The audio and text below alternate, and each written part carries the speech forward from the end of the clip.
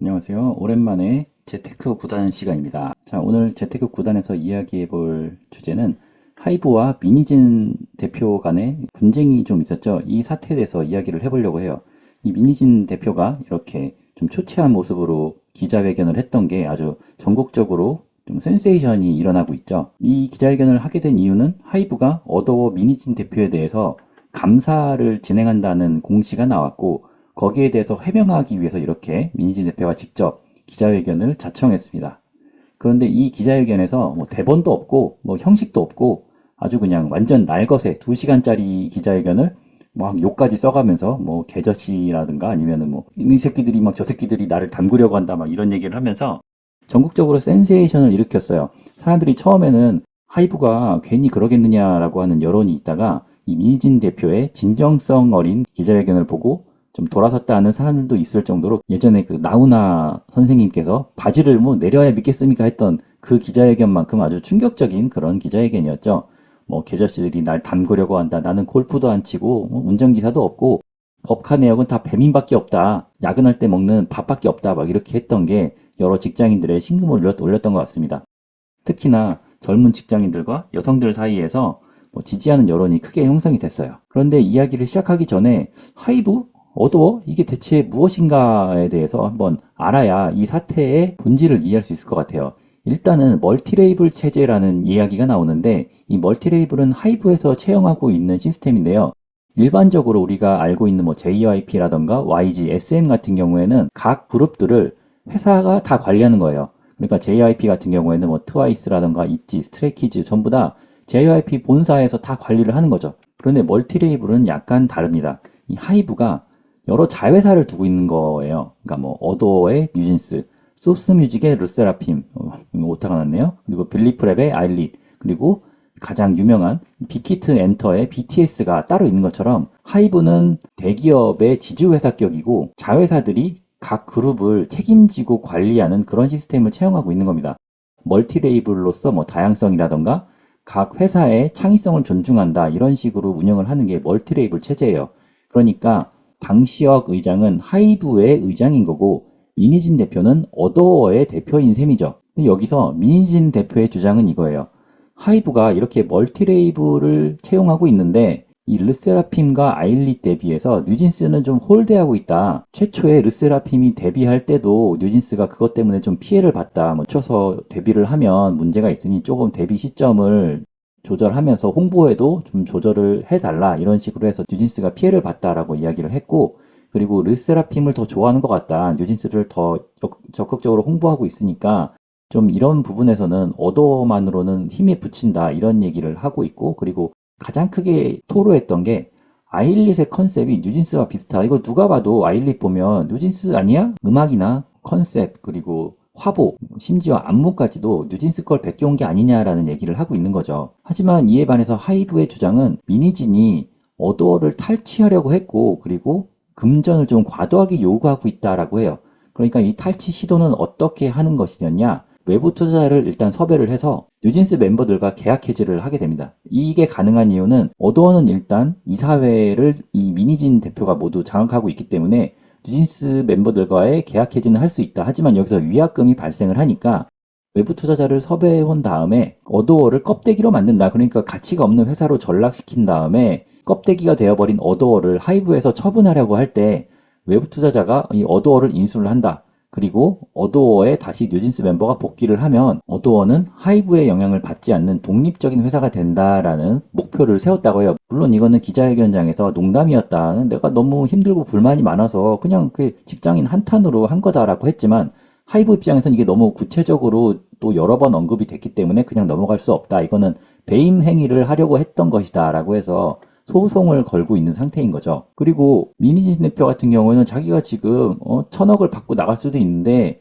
내 지분 일부가 묶여있기 때문에 마음대로 나가지도 못하고, 나가더라도 다른 일을 할 수도 없다, 이건 노예계약이다라고 이야기를 하고 있는데, 하이브 입장에서는 아니다, 이 풋백 옵션 같은 경우에는 조정을 해주려고 하고 있는데 미니진 대표가 PER 13배를 적용해야 될 걸 30배를 적용했기 때문에 2,400억이나 되는 돈을 요구했기에 그걸 들어줄 수 없었다라고 이야기를 하고 있는 거예요.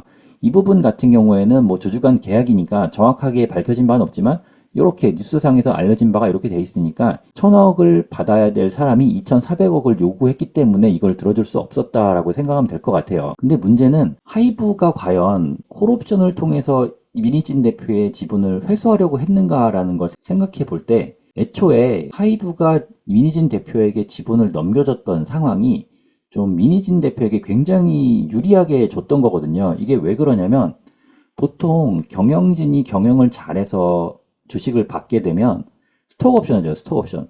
스톡옵션 같은 경우에는 일정 금액에 살 수 있는 주식 권리를 주는 거거든요. 주식 매수 권리. 그런데 이 경우에 주식 매수가보다 나중에 실제 주식의 가치가 높아지면 차익이 생길 거 아니에요. 그 차익을 바라보고 스톡옵션을 받는 건데 이 스톡옵션 차익 같은 경우에는 소득으로 잡혀요. 그래서 세금이 엄청나게 많이 나거든요. 거의 한 절반은 세금으로 내야 돼요. 그렇기 때문에 민희진 대표가 스톡옵션이 아닌 그냥 주식을 싸게 살 수 있게 해달라고 했다고 하더라고요. 여기에 대해서 하이브에서는 그래 너는 열심히 하게 되고 우리는 같이 가야 되니까 너에게 지분을 20% 주겠다라고 해서 그걸 준 거야. 이건 하이브의 배려죠, 배려. 게다가 이 주식을 인수할 때 민희진 대표가 현금이 없어서 그 돈도 대여해 준 거예요. 그러니까 빌린 돈으로 주식을 산 게 된 거죠. 그러니까 자기 돈 없이 주식을 받게 된 상황이라서 이거는 하이브에서 굉장히 배려를 했던 걸로 볼 수가 있어요. 이거 배려를 하지 않았다면 이런 계약이 있을 수가 없거든요. 그런데 이제 와서 이렇게 매몰차게 소송까지 간다는 건 뭔가 하이브 입장에서도 민희진 대표에게 문제점을 발견했기 때문이라고 볼 수밖에 없는 거죠. 물론 민희진 대표가 어떻게 생각할지 모르겠지만요. 그런데 우리가 이 사람들 싸우는 거가 굉장히 사실 이게 천상계 싸움이거든. 둘 다 재산이 굉장한 사람들로서 일반 직장인들이 누구 걱정해주고 그럴 상황은 아니고 여기를 통해서 우리는 뭘 해야 되느냐. 이 사태가 어느 정도의 파괴력이 있고 어떠한 영향을 미칠 것이며 어떻게 결론이 날지 한번 생각을 해보고 주식을 살지 말지 한번 결정을 해봐야 될 거 아니에요. 그러니까 제가 보기엔 이거는 그룹 회장과 자회사 월급 사장 간의 분쟁이에요. 그러니까 물론 둘 다 천상계이긴 하지만 그래도 이 방시혁 의장이 좀 더 유리한 위치에 있다고 볼 수 있겠죠. 그러니까 지금 민희진 대표는 이사회 소집도 불응하고 있지만 하이브 입장에서는 자신들이 이미 80%의 대주주이기 때문에 법원에다가 임시주총을 요청을 하면 이게 결국 소집이 될 수밖에 없고 이게 빠르면은 5월 말쯤에 소집이 돼서 아마도 민희진 대표는 좀 잘리게 될 거예요. 그러니까 잘리게 되니까 결국에는 월급 사장이 이길 수는 없다. 그러니까는 민희진 대표는 나갈 수밖에 없는 상황이 된 거죠. 일이 이렇게까지 커졌으면 아무리 민희진 대표가 사장이라고 해도 그러면 뉴진스 맘인 민희진 대표가 나갔을 경우에 문제가 생기면 어떠냐라는 그런 생각을 해봐야 되겠죠. 이거는 작년 어도어의 실적 자료인데 매출액이 총 1,100억이에요. 1,102억이 나왔죠. 그리고 순이익은 여기 밑에 여러 가지 이제 비용들을 다 제하고 265억의 순이익을 거뒀어요.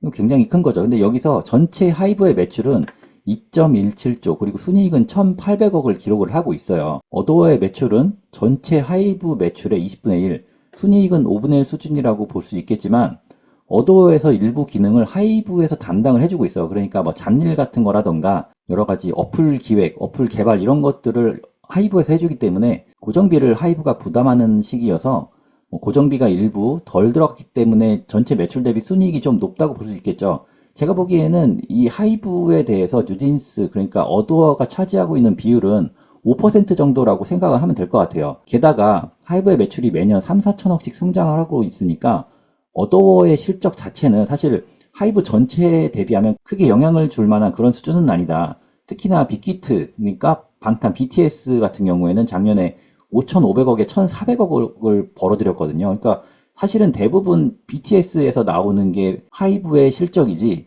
뉴진스는 그렇게 이슈되는 것만큼 아주 큰 이익은 아니었다. 물론 이제 더 잘 나가면 더 잘 되겠지만 아직까지는 그렇다. 그런 얘기죠. 다른 레이블은 어떠냐? 소스뮤직 같은 경우에는 르세라핌에서 610억 그리고 순이익은 121억을 거뒀고요. 플레디스 같은 경우에는 세븐틴이 있죠. 세븐틴이 매출 3,271억. 이게 아무래도 보이그룹이 좀 매출이 큰 것 같아요. 그리고 순이익은 603억을 기록을 했어요. 그리고 빌리프랩 같은 경우에는 912억, 순이익은 111억을 기록했는데 물론 뉴진스가 265억을 벌었으니까 소스뮤직이나 빌리프랩보다는 많이 벌었지만 그래도 플레디스에 비하면은 반밖에 안 된다.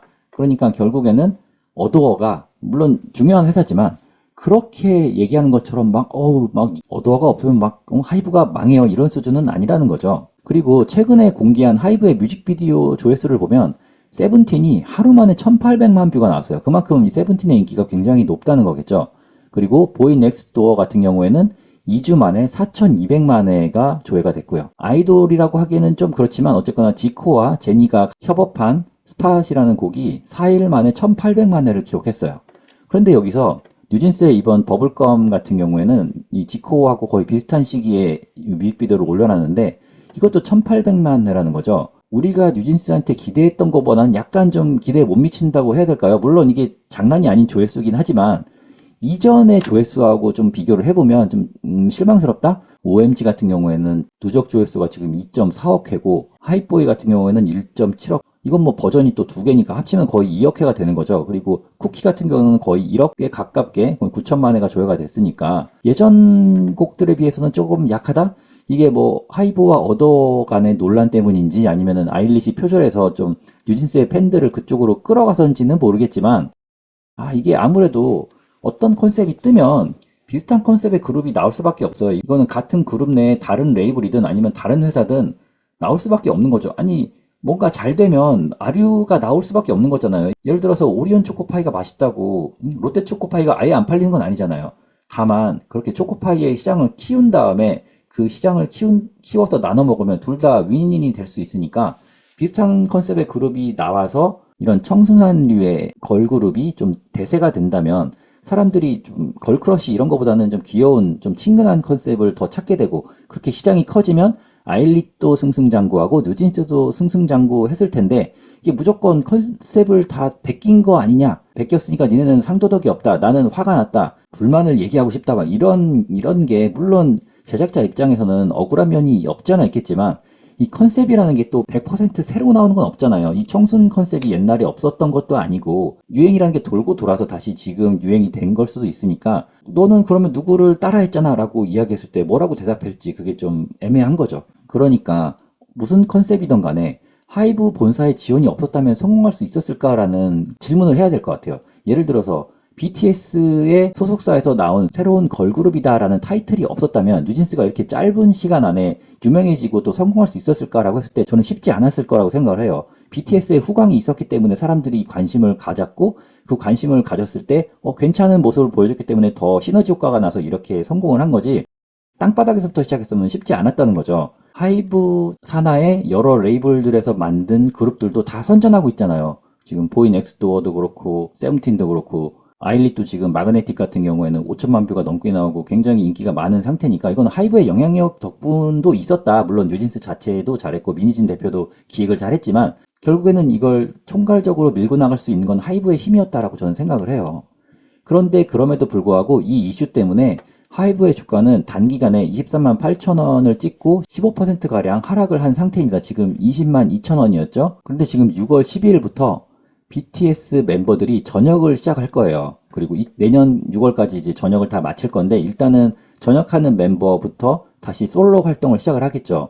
그러니까 이 BTS 활동 재개로 실적에는 굉장히 긍정적일 거예요. 왜냐면은 지금 하이브의 대부분 매출과 순이익은 BTS, 그러니까 빅히트에서 나오고 있었는데 그 빅히트의 멤버들이 다시 속속들이 들어오고 있는 상태니까 실적에 굉장히 긍정적일 거란 거죠. 그리고 미니진이 없어도 뉴진스는 우선 어도에 남을 수밖에 없어요. 계약 기간이 남았기 때문에 그 위약금의 규모가 만약에 지금 나간다면 거의 뭐 1000억대 단위로 나온다는 얘기가 있기 때문에 섣불리 나갈 수가 없는 상황인 거죠. 그러니까 미니진 대표가 없더라도 뉴진스는 활동을 할 수밖에 없고 활동을 하면서 자기들도 계속 자기들 몸값을 올려야 하기 때문에 열심히 할 거고 그리고 하이브 자체가 지금은 아이돌들을 굉장히 성공을 많이 시키고 있는 상태란 말이죠. 그러니까 미니진이라는 디렉터가 없어도 뉴진스의 다음 컨셉이 뭐 갑자기 망가지거나 그럴 일은 없다는 거죠.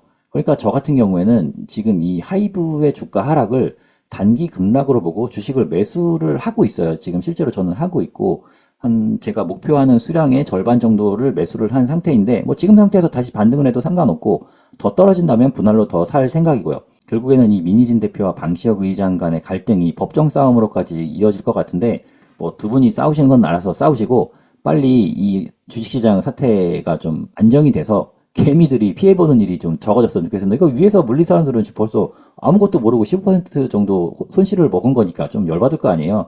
빨리 좀 해결돼서 반등을 하든 완전 나락으로 가서 다시 매수 찬스를 주든 어떻게든 좀 움직임이 나왔으면 좋겠습니다. 자, 오늘 여기까지 하고 다음 시간에 또 다른 소식으로 찾아뵙도록 하겠습니다. 감사합니다.